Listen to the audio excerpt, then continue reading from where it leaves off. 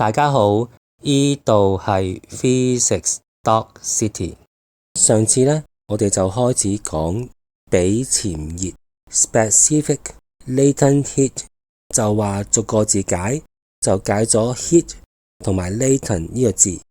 講到呢 heat 其實就唔係物體裏面嘅能量，物體裏面嘅能量呢，其實叫 internal energy 內能，而 heat 呢，熱係解傳送緊嘅能量，而 latent 嘅意思就係話，如果傳送咗能量落一個物體入面，例如一杯100度嘅水嗰度，竟然冇溫度提升嘅話呢，咁啲能量就好似隱藏咗咁，所以就叫做 latent 潛。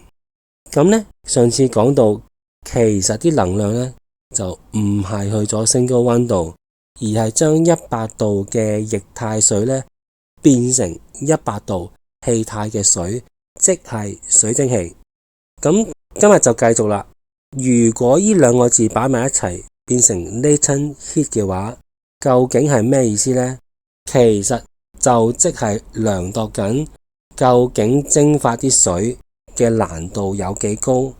例如果呢一度有罌水，佢係需要用5 Joule 先可以由100度嘅液體變成100度氣體嘅話，而另一罌水呢，又係100度嘅，但係竟然需要50 Joule，咁我哋就會話第二罌水蒸發嘅難度係高啲，你改變佢形態嘅難度係高啲。Latent heat 潛熱就係咁嘅意思啦。咁跟住咯，上次呢就從來冇講過 specific 呢個字，咁今次就講啦。究竟 latent heat 潛熱同埋 specific latent heat 比潛熱多咗個比字係咩意思呢？其實就咁嘅。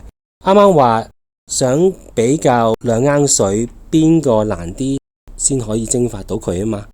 咁但係如果今次唔係比較同一種物料水，而係比較唔同嘅液體嘅話，咁就會有個難度啦。如果佢哋嘅質量份量唔同嘅話呢，比較佢哋嘅 latent heat 嘅意義就唔大嘅，因為只要係越多嘅時候，就會越難蒸發到佢。佢哋究竟有幾難蒸發呢？除咗同咩物質有關之外呢，仲同佢哋嘅份量有關嘅，即係話比較唔到唔同物質嘅蒸發難度。所以呢，我哋要比較唔同物質嘅時候，我哋就需要考慮 per unit mass 每單位，即係話每個 kg 究竟蒸發佢哋需要用幾多潛熱 latent heat。 咁如果唔明嘅話呢，你諗下以下呢一個問題。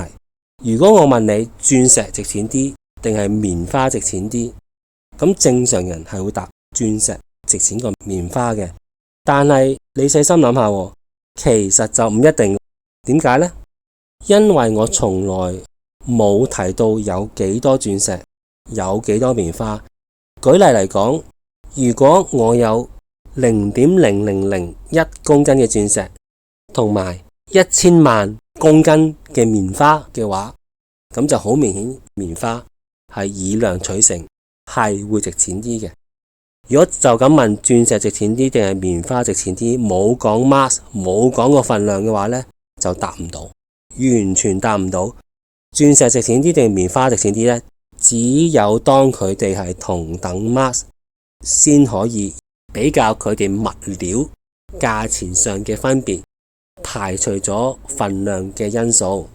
同樣原理，如果要比較兩樣嘢，兩種液體蒸發嘅難度，淨係考慮物料物質嘅因素，而唔考慮份量嘅因素嘅話呢，咁我哋就唔可以用 latent heat 潛熱，而係需要用 specific latent heat 比潛熱。